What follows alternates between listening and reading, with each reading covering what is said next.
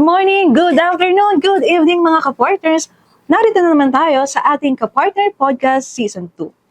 So ngayong araw, meron tayong in-invite na isa sa mga hinahangaang leader ng Global Dominion. I think she's one of the mentor, right, ng Global Dominion para handang ibahagi ang kanyang mga karanasan, kwento at mga expert tips na sigurado makakatulong sa ating mga kapartners. So let us all welcome our Sales and Marketing Head for Branch Division, Ma'am Jen Morales. Hi! Hello everyone! I'm Jen Morales, the Sales and Marketing Head of Branch Division. Napakaganda ng kasama natin ngayon mga kapartners. So Ma'am Jen, kamusta ang iyong araw? Okay lang and I'm very excited with this interview. So Ma'am Jen, no, lahat ng mga ini-invite namin dito sa aming Kapartner Podcast, lahat dumadaan sa isang fast talk. So, are you ready? Ready! So, let's do the fast talk. Hard work or sweet? Hard work. Branches or head office? Branches. Coffee or tea?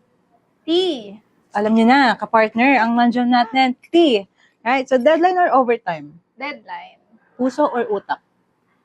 Both. Tumatawa ang ating mga bisita. So, both. So, one word to describe your job. Service. Okay, so palakpakan naman natin si Ma'am Jen. So, dumako na tayo, Ma'am Jen, no, sa ating mga konting katanungan lang naman to na talagang makakatulong sa ating mga kapartner para sila ay ma-motivate at ma-inspired, no? So, Ma'am Jen, ready ka na? Ready. So, my first question, anong kwento mo? Paano ka napunta kay Global Dominion? So, I joined Global Dominion year 2015. To be exact, September 8, 2015. And prior to joining Global, nasa customer service din Different talaga. company? Yes, different Okay. company. Customer service industry din talaga ako. So, parang naging training ground ko din siya kasi when I joined Global, so my first position is marketing associate. So this time meeting clients, so Okay. customer service pa rin. 'Di ba? So I started groundwork. Ako yung nagpo-process ng loans and ang daming clients talaga before kasi before meron pa tayong OFW. Yeah, meron tayong and 3 months OFW loan, before. 'di ba? So kailangan talaga ma-release yung loan nila within the day. Actually, isa rin ako sa mga naka-witness noon, no? I started Global Dominion. Andun na si Ma'am Jen. Talagang napakasipag. No, as a marketing associate before, kaya saludo ako sa mo, ma'am, sa determination mo, no? So, yeah, going back to your, ma'am, story. Yeah. So going back, mas madami yung loans before, yung number of loans since we have OFW and Seaman. Yes. So, kailangan ma-release yung loans nun within the day talaga. Yan. Ganun yung experience ko before. And folder by folder pa. Yeah, oo, hindi pa uso yung OneDrive, no? Yeah. And then, mas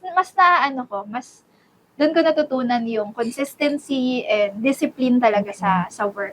And then, after nun, tinawag na tayo ng duties. Ayun, naging branch manager ako. Quite, nakatatlo din ako na handle ng branch. And then, naging regional manager. So, region na yung hinawakan ko. Buong area.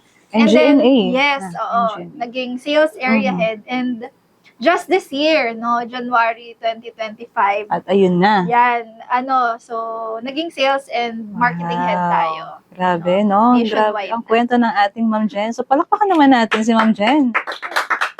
Kalain niyo yun, di ba? From marketing, going to sales and marketing head na ng isang branch division. No? Talagang perfect ang iyong Actually, Glo, Yes. this is also, my 10th year, 1 decade in GDFI. So, I was recently awarded 10 years in service. Wow, congratulations, Ma'am Yes. Jen. Right, so second question. What kind of pressure do you usually face as a leader? Pressure.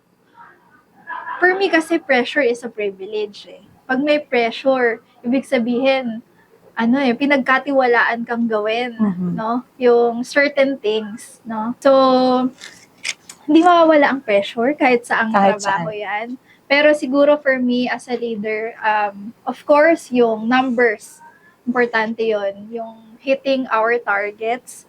And one thing also is to is handling or managing different kinds of leaders, no? Kasi iba-iba sila eh, no? Leading different people, so iba-iba din yung motivation nila, no? Iba-iba din yung maturity level nila. So, in that, syempre, hindi siya pwedeng iisa lang yung approach mo to these people. So, what do I mean by that? Siguro it's a customize. You meet them where they are, di ba? So, and then you get them to point B. Grabe, no? Ang daming learnings. Second question pa lang kami, pero parang nagigising ako sa mga advices ng Ma'am Jen natin, no? So, Ma'am Jen, paano mo ito, matanong ko lang, no? Para na rin sa iba, no? Since you mentioned kanina na pressure, how do you handle pressure naman? Ano bang technique? May share ka ba sa amin? Or what? Siguro, you acknowledge your feeling. Okay. Kasi valid naman eh. Kung pressure ka today, you have to acknowledge your feeling. Diba? For you to move forward. Siyempre, kailangan yung feelings mo may deadline yan. Diba? So, alam nyo na, mga pressure. Iba-iba lang tayo ng outlet. Ako kasi, this year, I focus talaga sa health. Sa health talaga. So, yun yung ginagawa ko. Nag-exercise talaga ako. Ito na, so sino naman ang biggest inspiration mo sa buhay at bakit? Siyempre, yung parents ko. Parents. Yung mom ko. Kasi, siya eh, kami, actually, 4 kami na magkakapatid. So, nakapagtapos kaming lahat ng college. Panganay ka, ma'am? Bunso. Bunso? Bunso ako. Okay. So, sila talaga yung inspiration ko. Kasi, napagtapos nila kami ng pag-aaral. And, pag sinabing resilience, yung mama ko talaga yung naiisip ko. Siguro, Glo, if you will meet me 10 years ago, hindi ako yung Jen Morales na nasa harap mo ngayon. So, siguro yung pinaka-proud ako is, of course, yung growth ko in terms of mindset. More than the material things. Tsaka, Ma'am Jen, no, as I noticed before, ikaw yung tipong tao before na nasa gilid, no, mahiyain. Pero now, diba, I can witness na talagang ikaw na yung nagtotalk in front of many people. So, ayun, doon sa part na yun, talagang, proud ako, or kami, sa'yo, sa growth na yun. No? Thank you. Kaya, ayun. Okay, so next, mas importante para sa'yo, success or happiness at bakit? Happiness. And why? Kasi you can be successful at anything na gusto mong gawin, basta happy ka. Laging happy. Right. So, anong mensahe mo sa lahat ng nangangarap maging isang leader someday? So, advice for future leaders. Kasi ako, Glo, one of my strength, no, na-discover ko recently lang sa seminar is, I am a learner, no? So, I guess, ang ma-advise ko is to stay curious. Stay curious. Oo. Kasi, same goes na mas madami tayong kailangan matutunan is, we also need to unlearn some things, no? So, dun tayo mag-i-improve. Kapag palagi tayong curious sa mga bagay na pwede nating gawin. And also, yung habit natin in a daily basis. Kasi kung ano yung ginagawa natin ngayon, it's a preparation for our next level in the future. Grabe, nakaka-touch naman yung mga sinasabi ng ating Ma'am Jen, no? So, habit. So, dun pa lang dapat at maging maayos tayo at maging consistent. No, tama po ba? So, last question. Ano naman ang hashtag pwede pala story ng isang Ma'am Jen Morales? Siguro, my hashtag pwede pala story is my course, no, yung during college is nasa IT industry ako. So, malayo siya dito sa naging job ko, which is in marketing. Sa sales. So, graduate ako, ang course ko is Bachelor of Science in Information Technology. So, isa ako sa mga estudyante before na ang parents ang pumili ng course nila kasi in demand daw. In demand. Diba? Pero I think I am meant to be in the Sales. customer service, no, in sales, kasi ito talaga yung gusto kong gawin. My hashtag pwede pala story is from IT to sales and marketing head. Hashtag Pwede pala! Palapakan naman natin. Ayan, grabe, mga ka-partners. Akalain nyo yun. Napakaganda ng hashtag pwede pala story ng isang Ma'am Jen natin, no?